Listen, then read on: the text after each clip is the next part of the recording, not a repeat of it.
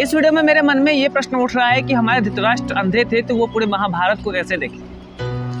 तो सच में मैं आपको बता दूं, महाभारत को वो उन्होंने नहीं देखा, उन्होंने बस सुना है महाभारत को कि ये यहाँ पे ऐसे हुआ, महाभारत में किसकी मृत्यु हुई, कब युद्ध हुआ, क्या हुआ था, भागवत गीता के कब श्लोक सुनाए गए थे, सब कुछ उनको उनके दास संजय ने बताया था।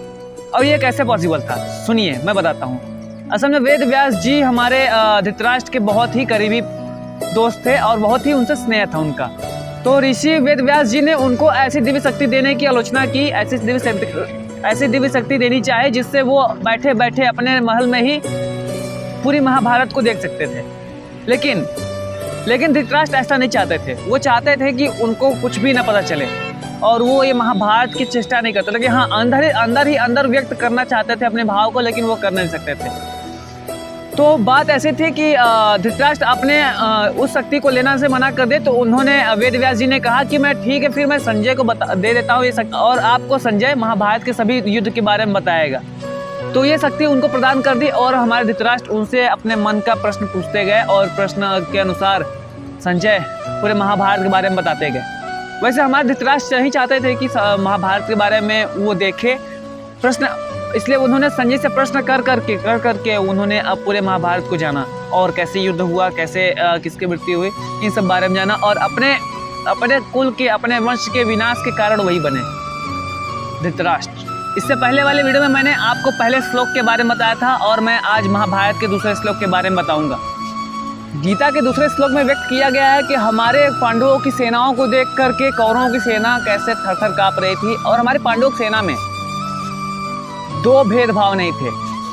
हमारे पांडवों की सेना एक ऐसे क्रम में खड़ी थी जैसे कि लगे कि उनकी सेना सबसे अधिक हो और हमारे कौरवों की सेना छोटी थी, लेकिन ऐसा नहीं था।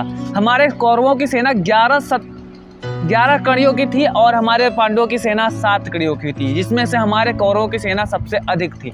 और लेकिन हमारे पांडवों की सेना ऐसे खड़ी थी जैसे मानो कि उनकी सबसे बड़ी विशाल सेना हो और जैसे कौरवों की सेना मानो कि उनकी छोटी सी विशाल सेना हो, क्योंकि उनके में भेदभाव था। दूसरे श्लोक में लिखा है कि दृष्टवा तो पांडवानिकम व्यूढ़म दुर्योधनस्तदा आचार्य मुँह पे सडगम्य राजा वचन ब्रवीत। जिसके पक्ष में भगवान और धर्म होते हैं वहाँ पे दूसरों के पक्ष में बहुत असर पड़ता है। ऐसा ही माना गया है कि हमारे भगवान श्री कृष्ण के होते हुए पांडवों की सेना बहुत विकराल रूप से, भावात्मक पूर्वक से बहुत इफेक्टिव लग रही थी हमारे कौरवों को, और उनको लग रहा था कि पांडवों की सेना बहुत विशाल है, लेकिन ऐसा नहीं था। और यहाँ पे दुर्योधन का राजा कहने का सबसे बड़ा अर्थ ये है क्योंकि यहाँ पे राजा दुर्योधन धृतराष्ट्र के बहुत ही प्रिय पुत्र थे और वो चाहते थे कि धृतराष्ट्र चाहते थे कि हमारे दुर्योधन ही इस पूरे राज्य के राजा बने। कहीं नहीं कौरव हमारे पांडवों की सेना को देखकर डरते थे और अंदर ही अंदर उनको भय लगता था कि कहीं वो अपना युद्ध हार न जाए। इसीलिए दुर्योधन ने एक चाल चली और द्रोणाचार्य के पास गया और उनको कानों को भरा और उनसे पांडवों के विरुद्ध बहुत ही षड्यंत्र रचा।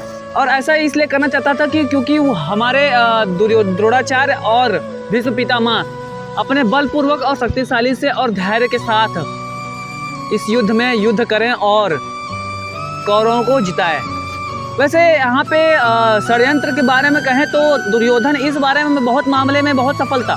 इस वीडियो में मैं आपको बता दूं कि धृतराष्ट्र के सारे राज्य काज को हमारे सिर्फ दुर्योधन जी ही संभालते थे और धृतराष्ट्र मात्र सिर्फ एक राजा थे। हमारे कौरव जो थे वो डरते थे पांडवों की सेना से, क्योंकि पांडवों की सेना एक मत की थी और कौरवों की सेना बहुत ही अजीब विचित्र तरीके से थी। लेकिन हाँ, जहाँ पे प्रभु श्री कृष्ण हो वहाँ पे भगवान श्री कृष्ण के होते हुए पांडवों की कभी हार नहीं हो सकती। ये आप भी जानते हैं और हम भी जानते हैं। लेकिन जो तेज हमारे पांडवों की सेना से निकल रही थी वो तेज हमारे कौरवों की सेना के लिए बहुत इफेक्टिव थी और बहुत ही डरा देने वाली थी। ऐसा कहने का तात्पर्य यह है क्योंकि हमारे पांडवों की सेना में कोई मत नहीं था, कोई मतभेद नहीं था, कोई भाव और हीनता नहीं थी।